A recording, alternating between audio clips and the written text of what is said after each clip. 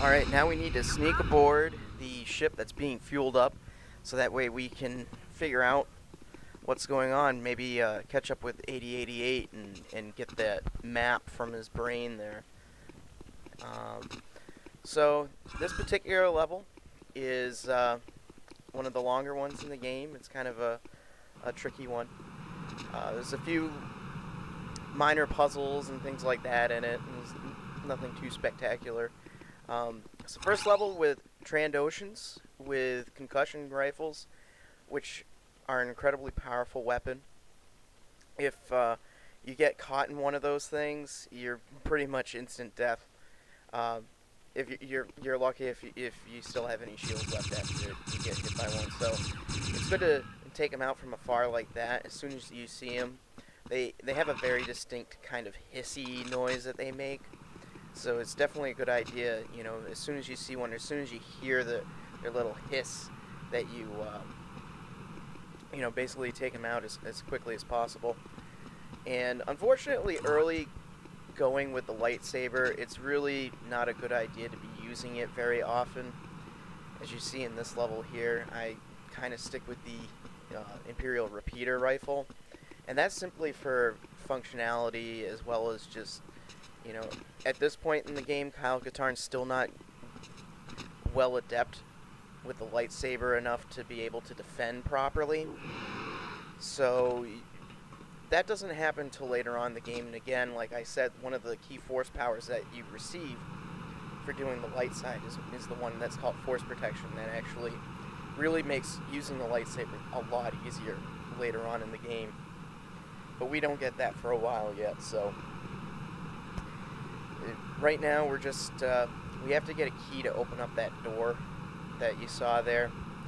So there's a little building over here in the fuel depot, and this level also includes Ognuts or Ognaughts, or however you want to pronounce it. The little troll-looking things that are in Cloud City in The Empire Strikes Back. So there's a few of those little guys running around, and just like the civilians in the other levels, if you do any harm to them, you will get dark side points, essentially. Don't like referring to it that way since they're not really points, it just kind of changes where your meter is headed, but it's basically the same thing.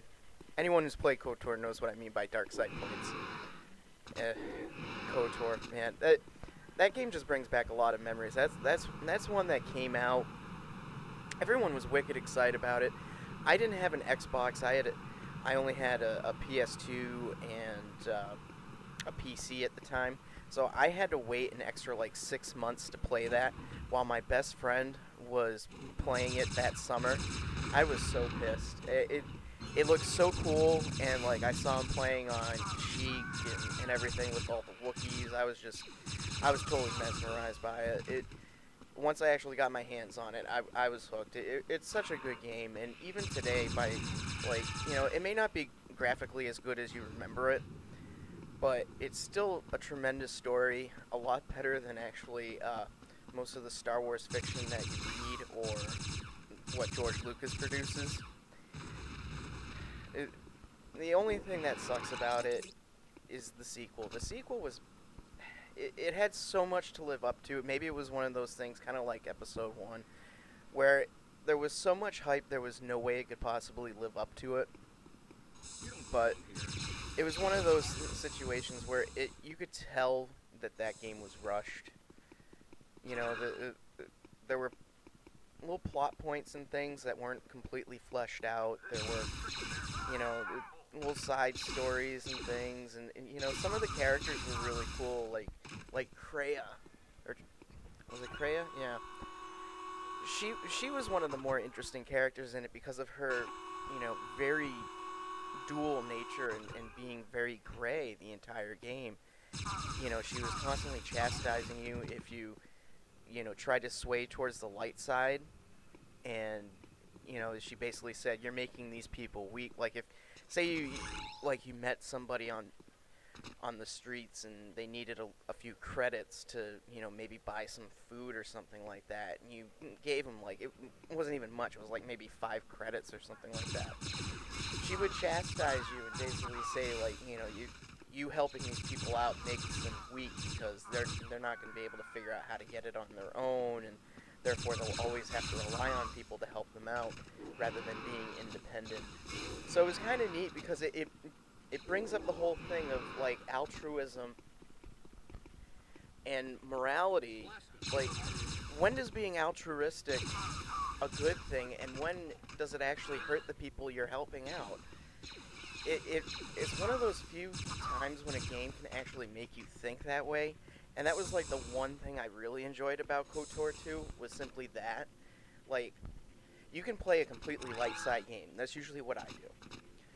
But at the same time, you start to kind of question your actions. Like, why am I doing this? Like, what's the benefit to the people other than the immediate benefit they get what they need or get, you know, what they're looking for quicker. So in a way, being a good person and morally correct and helping out somebody and getting points towards the light side in that game, in a way, is contributing towards that person's fall to the dark side. If you think about it that way, because relying on other people to do things for you is, in a way, an incredibly selfish thing to do. And, of course, being selfish and looking out only for yourself and things like that, that's all stuff that would lead to the dark side. So it's kind of interesting how that game played that out. Unfortunately, it didn't play it out to the level I was expecting or was hoping it would. And unfortunately, you know, other than that, the game itself, the story got off to such a slow start compared to the original KOTOR. I mean, the original KOTOR, you start out, you're in the middle of a war zone. You know, you have no idea what the hell's going on. You're just, you know, being strung along by your bootstraps basically, and then you end up on Terrace, and you know you have to rescue Bastila and everything. And it just, you know, it's almost like the original Star Wars in that, you know, so much is happening so fast, you can't keep up with it. Whereas in KOTOR 2, it just starts off so slow. Like the first part of it is a little tutorial. You're the astronomic droid, and you have to fix the ship, and you know the Ebon Hawk, and it's been like destroyed and everything, and you're making the general repairs to it so that way, you know, your crew doesn't die, and then all of a sudden you're on this space station for like a good 2 or 3 hours of the game, and it's so slow. It's not anything like the way the first one began. You know, it's a lot slower. And you know, you can't even compare, like, you know, the original Star Wars to Empire Strikes Back, because the Empire Strikes Back started out a little slow, but then, you know, within the first 20 minutes, you already had a major battle. Whereas KOTOR 2, within the first 2 hours, you had nothing. You know, you didn't actually get your force powers, you know, until a little bit later, and you're supposed to be a Jedi at the very beginning. But, I mean, kind of a minor complaint. The game overall was okay, but I really should be saving that for later on when I actually do a review for it. So yeah, as you can see, we've made our way through that giant fuel tank right in the middle.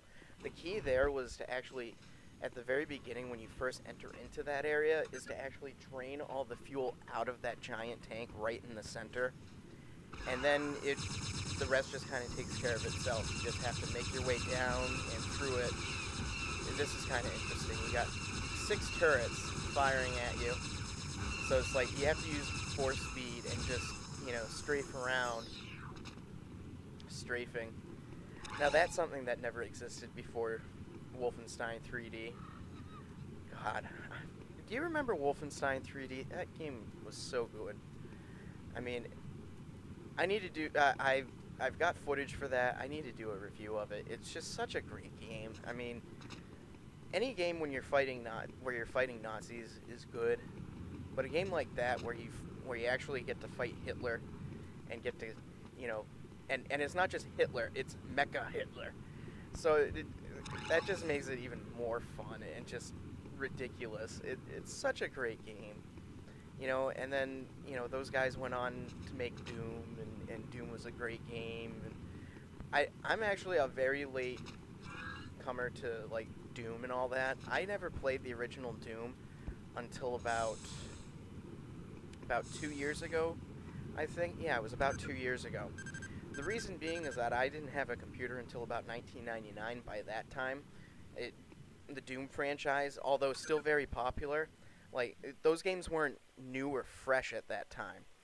So, really, the games that I got into right from an early time on the PC were Dark Forces and Jedi Knight. So, like, the original Dark Forces was like my first real PC game, and then immediately after that, a couple months later, I got Jedi Knight because the Dark Forces game that I had actually had a demo to Jedi Knight, and I was just like, oh my god, this game's amazing. It has live action video, it's got, awesome 3D graphics that are, like, state of the art, for 99. For 99, these graphics were still really good, even though they were at that point about 2 years old. So, I mean, this game, is still considered to be one of the best, Star Wars PC games. Probably not on the same level as, like, TIE Fighter and X-Wing, but still one of the best. So we're going through a lot of these fuel pipes here. You'll see in a couple minutes I actually get into a firefight, and the results are not very good. The fuel ignites, as you might imagine, from blaster fire. It makes a nice series of explosions, nice big explosions. So let's see, we're making our way here. Okay. So we're gonna, this is where I get into turn into a crispy critter. And we're getting close to the end of this part here. I have to cut this level into 2 sections, so enjoy the rest of this video for the next few seconds, and I will catch you in the next part of this level.